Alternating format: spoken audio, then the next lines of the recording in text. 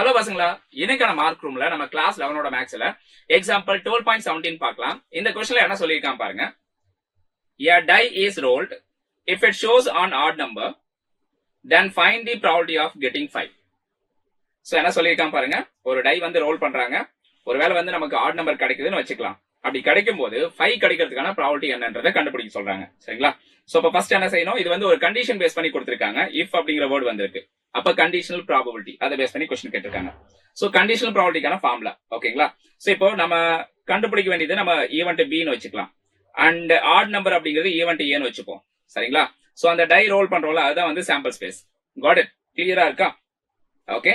So அதுபடி sample ஸ்பேஸ்ல எத்தனை அவுட்கம் இருக்கு பாருங்க. Total outcomes.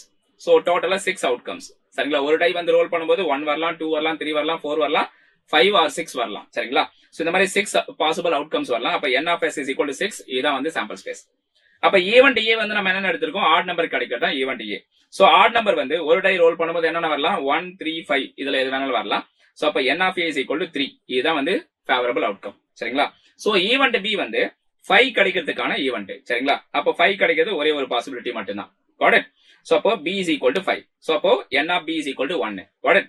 சோ அடுத்து நமக்கு என்ன தேவை அப்படின்னா, அடிஷனலா b இன்டர்செக்ஷன் a வந்து நம்ம கண்டுபிடிக்கணும். ஏன்னா கண்டிஷனல் ப்ராபபிலிட்டிக்கான ஃபார்முலால நமக்கு b இன்டர்செக்ஷன் a வருது.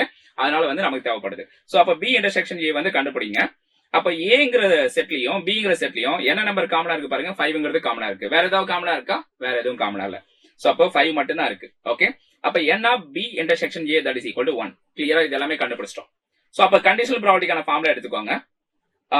probability of b given a that is equal to probability of b intersection a divided by probability of a. So இதுதான் வந்து இந்த கண்டிஷனல் ப்ராபபிலிட்டிக்கான ஃபார்முலா. சரிங்களா? சோ இந்த ஃபார்முலா படி டினாமினேட்டர்ல p of a இருக்கு. நம்ம அதை கண்டுபிடிச்சு வச்சுக்கணும். சரிங்களா? p of a ங்கிறது என்ன? சோ n of a வந்து 3 and n of s வந்து 6. அப்ப 3/6 அப்படிங்கிறது தான் probability for getting a. a means odd number கிடைக்கிறதுக்கான probability.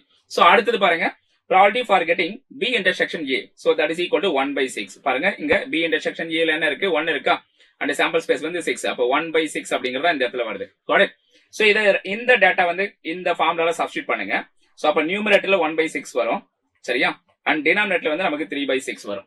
ரெண்டுத்துல காமனா இருக்கக்கூடிய இந்த 6 வந்து கேன்சல் ஆயிடும். அப்ப கேன்சல் ஆயிட்டா நமக்கு கிடைக்கக்கூடிய அவுட்புட் வந்து 1/3. சரிங்களா?